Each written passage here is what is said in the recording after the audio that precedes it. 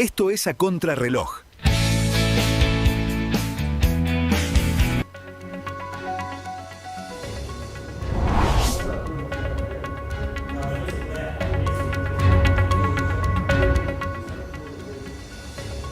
Bienvenidos a Contrarreloj, un ciclo en el que repasamos las décadas de nuestro país para revisitar la historia.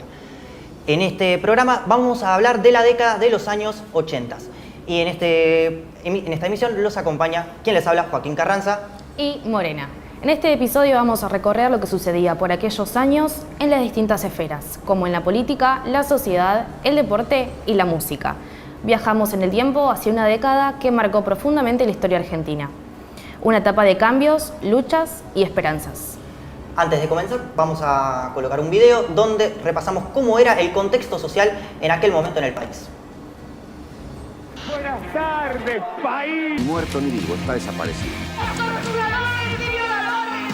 ¡Jamás podrán hacer la democracia! Si quieren venir, que vengan, les presentaremos batalla. En 1985, la recuperación democrática cumplió 500 días. Yo les agradezco esta presencia multitudinaria. Si no me tienen fe, si vamos a ir a una democracia, no tener miedo. La casa está en orden. Señores jueces, nunca más. Eso, en 1985, la Argentina fue ejemplo en el mundo por sentar frente a un tribunal civil a 9 militares genocidas. ¿Cuál es la verdadera filosofía de esta convocatoria? Apoyar al gobierno constitucional y el juicio a los militares. Pérez Esquivel, Premio Nobel de la Paz 1982. ¿Qué le contesta usted a quienes piensan que el juicio a los integrantes de las exjuntas militares significa un Nuremberg a la Argentina? Esto no es ningún Nuremberg a la Argentina. La Argentina es el pueblo, no son esos sectores militares que agredieron al pueblo. Entonces, esta manifestación multitudinaria es fortalecer la justicia para que se busque la verdad y la justicia. Es ir clarificando las cosas para que realmente podamos llegar a la verdad de todos estos problemas y a la solución que se necesitan en el país.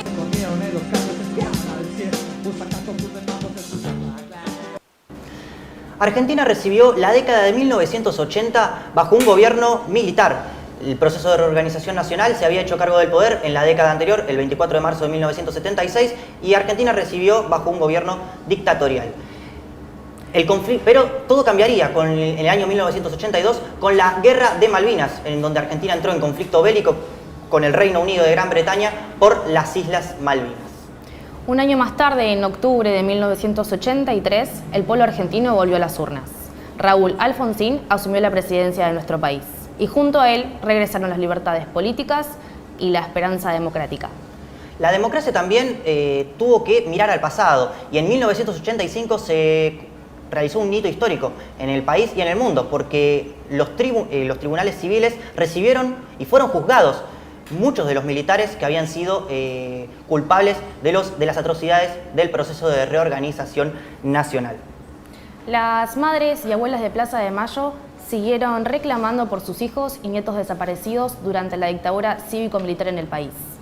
Sus pañuelos blancos se han vuelto un símbolo en toda la Argentina, con términos conocidos como la memoria, la justicia y la verdad. El nuevo gobierno tuvo que enfrentar una difícil situación económica. La dictadura trajo inflación, trajo recesión, trajo un montón de problemas económicos y problemas a nivel social y lo que generó fue que el gobierno democrático tuvo que afrontar una gran crisis. El Plan Austral fue una medida que implementó el gobierno de Raúl Alfonsín para tratar de sobrellevar la crisis económica y si bien tuvo resultados al principio, al final de la década se verían las consecuencias. Pero para darnos más detalles sobre este suceso y sobre lo que pasó en la década de 1980 a nivel social, político y sobre todo por la Guerra de Malvinas, está el especialista Nahuel de Pirro. ¿Cómo estás, Nahuel? Hola, buenas noches, Joaco, buenas noches, More. 1982 marcaría uno de los capítulos más tristes a nivel histórico en nuestro país, la Guerra de Malvinas. La Guerra de Malvinas, como dijo Leopoldo Fortunato Galtieri, si quieren venir que vengan, les presentaremos batalla. lejos de ser una arenga para los argentinos, condenó a miles de pibes a la muerte en una guerra sin precedentes. Lo que les traje hoy es un cuento escrito por Pablo Ramos llamado El alimento del futuro. Este cuento se puede encontrar en la antología Las otras islas, que él junto a Eduardo Sacheri y Liliana Bodoc y demás escritores escriben acerca de la Guerra de Malvinas. Les leeré un fragmento, porque el cuento es más largo, pero yo les voy a leer un fragmento donde plasma y representa cómo vivía la sociedad de esta guerra. El 1 de mayo de 1982, un día antes de cumplirse un mes de haber empezado la Guerra de Malvinas, en mi casa se festejó el Día del Trabajador, como se hacía todos los años, con asado, con vino, pero como durante todo el periodo militar de la última dictadura, sin la marcha peronista ni la mayoría de los amigos del sindicato. Antes de comer, papá pidió un minuto de silencio por los trabajadores del mundo y mamá propuso una oración por los chicos del barrio que teníamos en la guerra. Así dijo mamá, los chicos que tenemos en la guerra, como si fueran sus hijos, como si fueran nuestros hermanos. En realidad, de los 4 chicos del barrio que habían ido a la guerra, solo uno de ellos era de nuestra cuadra, de la barra de los pibes más grandes. Se llamaba igual que yo, Gabriel, y le decían como hoy me dicen a mí, el Gaby. Como dije, papá estaba mal por la guerra. Decía que por 2 razones. Una porque la consideraba inútil, aunque creo que alguna vez dijo que al menos era justa. Y otra porque de salirles bien, a los milicos no los iba a sacar nadie de la Rosada. Pero yo y mi hermano y casi todos mis amigos estábamos contentos. Los ingleses eran una porquería, que se creían los dueños del mundo, y hacerle la guerra, pensábamos, estaba bien. La guerra para nosotros era como las películas, y en las películas siempre ganaban los débiles o los menos dotados. Y para nosotros esa era otra película. Sucedía lejos y no suponía, al menos, eso era lo que flotaba en el aire, un riesgo mayor que el de ganar o perder unas islas que un año atrás ni siquiera sabíamos que existían. Supongo que, al menos en un principio, mis amigos y yo vimos las noticias de esa guerra lejana, pero con bandera y celeste y blanca, como un mundial de fútbol. Todo los que yo conocía se querían anotar como voluntarios, mi hermano Alejandro a la cabeza, y yo también, aunque en el fondo rogaba que esa oportunidad no se presente nunca. Serían las 7 de la tarde cuando llegó la noticia. Los ingleses habían disparado contra el general Belgrano, el buque en donde estaba el Gaby, el buque que se suponía no iba a entrar en la guerra. Llegó la noticia, quiere decir que todo el barrio se conmocionó y empezó a salir a la calle espontáneamente para terminar en una especie de procesión frente a la casa de la familia de nuestro amigo. De golpe la gente se juntaba en silencio y sin bandera, sin cantar nada y con unas caras de algo que a mí me pareció en un principio solo preocupación y que después entendí como preocupación y culpa. Alguien real, alguien a quien solíamos ver todos los días del año, flotaba ahora perdido, vivo o muerto, en el mar helado del sur. No era una noticia en el diario, no era un número anónimo y lejano, era el Gaby, el que me había puesto de titular en un partido contra Doc Sud, el que lloró cuando en el sorteo de la colimba le tocaba la Marina, no por tener que hacer la conscripción, sino porque iba a tener que cortarse el pelo. El Gaby, hundido en un barco escuela, el Gaby lejos del viaducto, del vino de la costa, de las tardes esquineras repletas de sol, de fútbol, de aquelarre, pescado rabioso y yes, que eran sus grupos preferidos. Al otro día llegó la noticia de que estaba en la lista de sobrevivientes y había que ir a esperarlo a Bahía Blanca. Fue mi papá quien nos acompañó, quien acompañó a la madre del Gaby hasta allá. Está arrasado, le dijo papá a mamá, y encima estos estúpidos lo tratan al pibe como si hubiese sido una víctima. Es un héroe de guerra. Los que lo mandaban a la guerra son unos asesinos, y los ingleses ya lo sabemos, la peor de todas las basuras de esta tierra, pero este chico es un héroe. Pero dispararle a ese barco tiene que ser juzgado como un crimen de guerra, y entonces él pasaría a ser una víctima de crímenes contra la humanidad. Eso está bien, nena, pero sentime. No lo hace héroe haber recibido 2 torpedazos y sobrevivir 48 horas en el mar. Lo hace un héroe su comportamiento en esa emergencia. ¿Entendés, nena? Está quemado en el 60% del cuerpo y tiene la espalda rota. Ya no va a poder caminar, ni tocar la guitarra, ni nada de lo que le gustó toda la vida. Y eso porque se metió una y otra vez entre el fuego y los fierros al rojo para rescatar a sus compañeros. Eso fue lo que le dijo papá mamá, eso, la definición exacta de lo que es un héroe. Pero iba a ser el propio Gaby, una semana después, quien nos iba a dar la lección más perfecta que jamás me hayan dado. Es que nomás se recompuso, decidió, por alguna razón que jamás le confesó a nadie, citar de 3 en 3 a todos los pibes de la cuadra. Los primeros en ir fuimos el Percha, el Chino y yo. El Chino con la guitarra, porque el Gaby así se lo había pedido. Nos acompañó papá, pero una vez adentro, junto a la madre y 3 tazas de chocolate, antes quiero decir que lo viéramos al Gaby, se volvió para mi casa.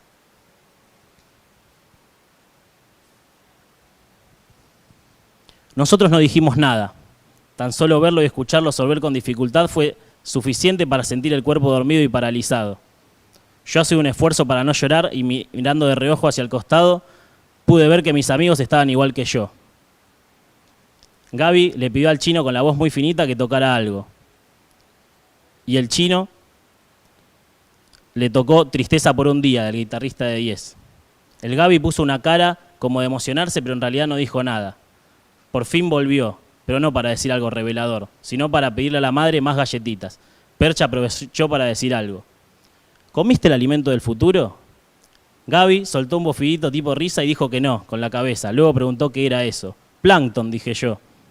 Es por lo que los ingleses quieren las islas, porque es lo que se va a comer cuando no haya más comida.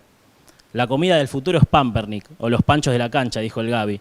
Pero lo dijo en serio, aunque a mí me pareció broma. No sean boludos, no miren televisión. O miren, pero no crean en lo que ven. Y todo volvió al silencio. Y nosotros quiero decir, sin entender para qué nos había llamado, y sin siquiera tocar la merienda. El Gaby intentó agarrar una galletita. 3 veces lo intentó, hasta que al fin, muy aparatosamente y de manera desagradable, logró llevársela a la boca. Las manos apenas me sirven, dijo. Igual coma lo que coma, todo tiene gusto a tierra y pólvora. Y huele a quemado. Todo huele a quemado acá, ¿no es cierto? Después de eso llamó la madre. Ella vino y le inyectó algo en el brazo. Una ampolla blanca con una jeringa chiquita. Nos quedamos un poco más y vimos cómo el Gaby se adormecía en la silla. Algo dijimos cada uno, algo tonto. Y el Gaby intentó una risa cuando Percha dijo casi al momento en que nos íbamos que igualmente él ni borracho comería lo que comen las ballenas. El Gaby murió 5 años después, en la misma casa donde nació y se crió, en la misma casa en que nos dio aquella lección, casi sin palabras, porque luego de eso, luego de que se los contamos a todos, los pibes de la barra, nadie habló jamás de ser voluntario en la guerra. Nadie habló ni siquiera de la guerra, ni de esa ni de ninguna otra, y festejamos cuando terminó, aunque la hubiésemos perdido. Siempre recuerdo aquella tarde como la única vez en la cual 3 chicos de mi barrio dejamos enfriar un chocolate en taza. Muchas gracias, Nahuel, por los detalles de este gran acontecimiento. Ahora sí, continuando por la revisión de esta década que nos compete, pasaremos a la sección de música, la cual durante estos años se ha convertido en un símbolo de lucha y resistencia. Pero para eso primero asistiremos a un video. Los años 80 marcaron un antes y un después en la música argentina. Tras la dictadura y con la llegada de la democracia, el país vivía un renacer cultural. Los jóvenes volvían a expresarse y el rock nacional se convertía en la voz de toda una generación.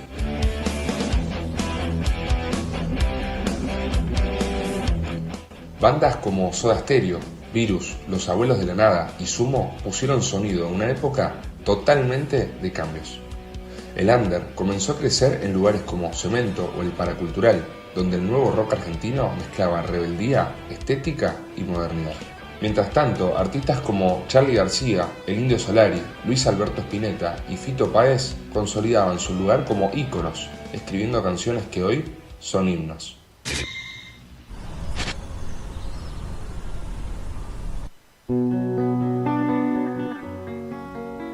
Fue una década que mezcló tanto contexto como guitarras eléctricas, sintetizadores, letras cargadas de libertad.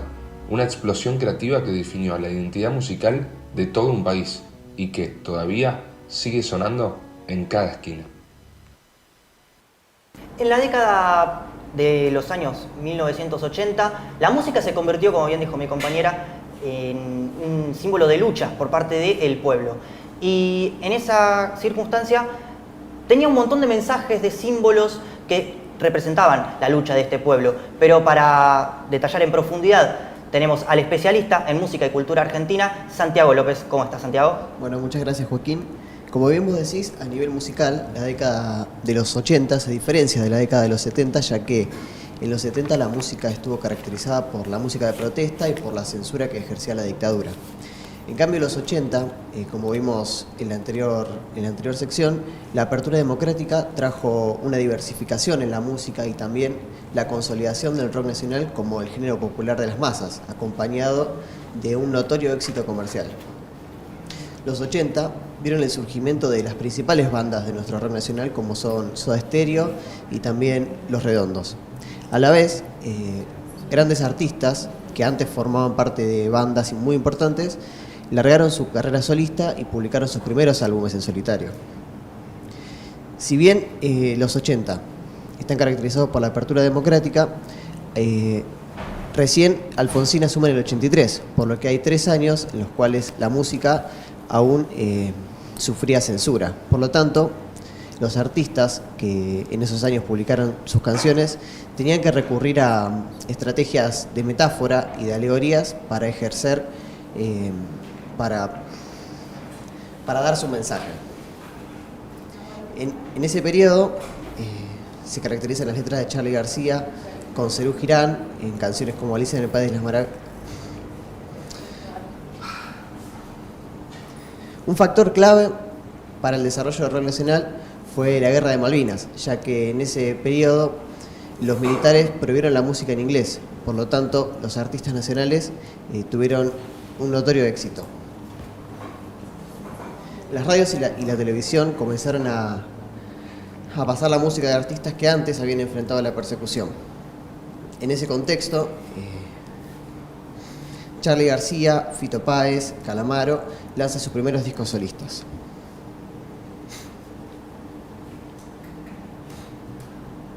Una vez recuperada la democracia en 1983, el rock se había vuelto un fenómeno popular y sumamente influyente, que se diversificó y evolucionó dando lugar a nuevos géneros. Por un lado podemos reconocer una corriente más ligada al metal pesado, con bandas como B8, liderada por Ricardo Iorio, y también Riff, liderada por Papo. Por otro lado, un sonido menos pesado que estas bandas comenzó a ganar notoriedad, como por ejemplo los Twist, Virus y Soda Stereo, que encabezaron un movimiento que se llamó música divertida. La música divertida se caracterizaba por el humor, la irreverencia y las letras satíricas. Sin embargo, este sonido fue rápidamente abandonado y grupos como Soda Stereo y Virus adoptaron estilos más solemnes que se podrían catalogar dentro de lo que se conoció como New Wave, con un sonido más caracterizado por los sintetizadores, un sonido electrónico y una estética glam. Sin embargo, un pionero en ese sentido fue Charly García, quien en 1983 publicó su segundo disco solista, Clicks Modernos. Que fue grabado en Nueva York, reemplazó al baterista enteramente por una caja de ritmos. Por ese motivo se lo considera el pionero de este sonido y esta estética. Ahora quisiéramos saber, Santi, ¿qué sucedió con la escena del rock en la vuelta a la democracia? Porque como bien sabemos, la vuelta a la democracia también tuvo su precio. Yo pienso que es muy interesante esto que nos trae Santiago, porque uno piensa en Patricio Rey y Los Redondos de Ricota, piensa en Soda Stereo, bandas que también tuvieron un gran resurgimiento, y la verdad que pensándolo incluso en las décadas posteriores, tuvieron una gran relevancia, y que hayan surgido luego de la vuelta de la democracia, justamente, que fue un hito histórico a nivel nacional, es más que interesante. Pero si vos tendrías que, por ejemplo, Santi, explicar, por ejemplo, los 4 o 5 discos o discos más importantes de esa década, me gustaría preguntarte cuáles son, en tu opinión. Sin embargo, también tengamos en cuenta que muchos artistas y discos que sonaban en aquella época siguen teniendo repercusión hasta el día de hoy. Un claro ejemplo lo es Charly García, que sigue apareciendo incluso en notas, en programas de streaming, y que fue un hito en la historia de nuestro país, y con sus letras dijo mucho sin decir nada, porque recordemos que la censura durante la dictadura cívico-militar era muy grande. Pero bueno, ¿te parece si repasamos algo con respecto al siguiente núcleo? Bueno, dale, y tenemos ahí para preguntar.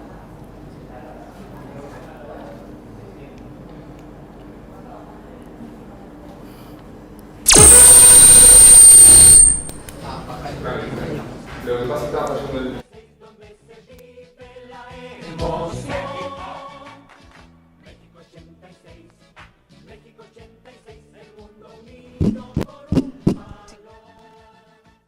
Señoras y señores, les saludamos desde un escenario grandioso para la celebración de una fiesta formidable.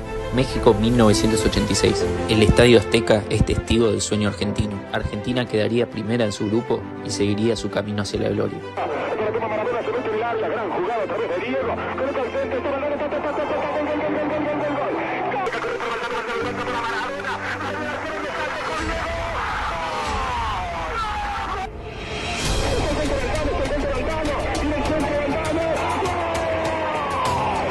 En octavos, Argentina deja atrás a Uruguay y continúa su camino hacia las instancias decisivas. En cuartos tocaría Inglaterra, años después de Malvinas. Maradona marcaría 2 goles que quedarían para la historia del fútbol mundial. Primero la mano de Dios y luego el gol del siglo. Le va a tocar para Diego, ahí lo tiene Maradona, lo marcan 2, pisa la pelota Maradona, arranca por la derecha el genio del fútbol mundial y deja el centro y va a tocar para Burruchaga siempre Maradona, genio, genio, genio, ta, ta, ta, ta, ta, ta, ta.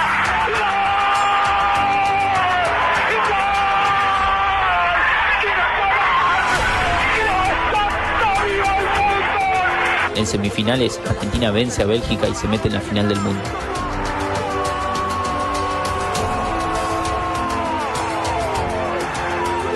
En la final, Burruchaga marca el gol decisivo y Argentina se consagra como campeona del mundo. Maradona levanta la copa y millones de argentinos sienten la gloria, la pasión y el orgullo de un país entero unido por el fútbol.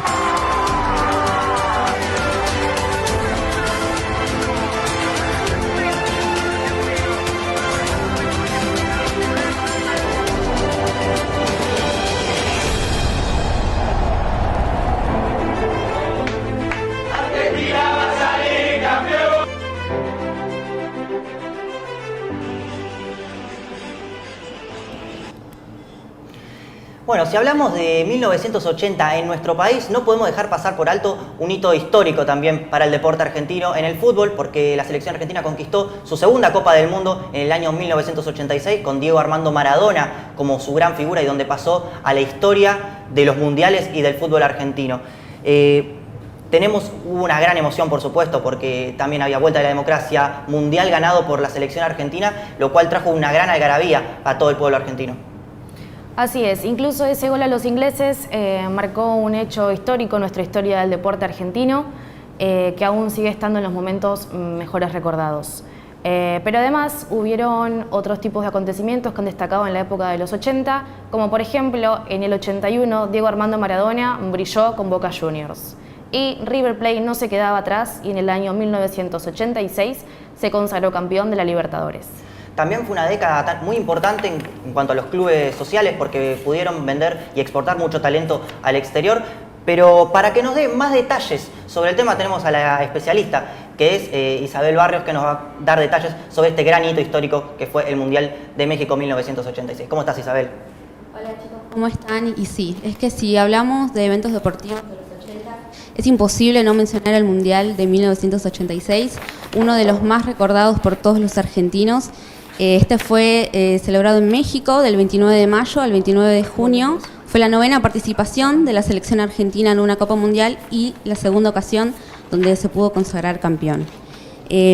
Para dar un breve resumen, en 1982 se jugó un Mundial y tras venir con toda la expectativa para ganarlo, tras haber ganado en 1978, la selección dirigida por Menotti no pudo conseguirlo, perdiendo ante Brasil 3-1, y ahí es cuando se cambia la historia. porque Menotti deja de ser director técnico de la selección argentina y aparece un nuevo personaje que cambiaría el rumbo de este mundial. Estamos hablando de el gran director técnico que tuvo su paso por Estudiantes de La Plata, Carlos Salvador Vilardo. Al comenzar el camino del mundial se lo cuestionaba mucho, puesto que proponía una forma de juego diferente a la época. Él proponía un 3-5-2, lo cual era muy cuestionado, y además venía con las críticas por haber perdido el mundial anterior en 1982. La selección formaba parte del grupo A, junto con Corea, Italia y Bulgaria. En el primer partido ganan cómodamente con Corea con 3-1, con 2 goles de Valdano y 1 de Oscar Ruggeri, siendo el descuento por parte del jugador Park en el minuto 17 antes de que finalice el juego. Pero el partido más desafiante de la fase de grupo fue con Italia, porque en este partido se iba a definir cómo estaba parada la selección en este mundial. Se comenzó de manera difícil, puesto que se le cobró un penal a la selección italiana que fue cobrado en el minuto 6, pero Maradona marcó un gol imposible, estaba ubicado esquinado con una marca encima, pero mandó el remate y marcó el 1-1 final. Ahora, si estamos pasando a cuartos, la selección se enfrentó ante Uruguay, un partido difícil que terminó en 1-0. Pero si hablamos de el momento más destacado del Mundial 86 es el gol de Maradona, la famosa mano de Dios que lo catapultó como el mejor jugador de todos los tiempos y por el cual todos recordamos este Mundial. Muchas gracias, Isabel, por recordarnos con lujo de detalle todo sobre este gran mundial de la selección argentina. Y con esto vamos cerrando, ¿no? Esto, More. Así es. Solamente en modo de conclusión decirles que la década de los 80 fue caracterizada por un periodo de transición. Esto fue el recorrido de la década de los 80 y nos vamos despidiendo. Esto fue A Contrarreloj. Nos reencontramos en la próxima emisión. Gracias.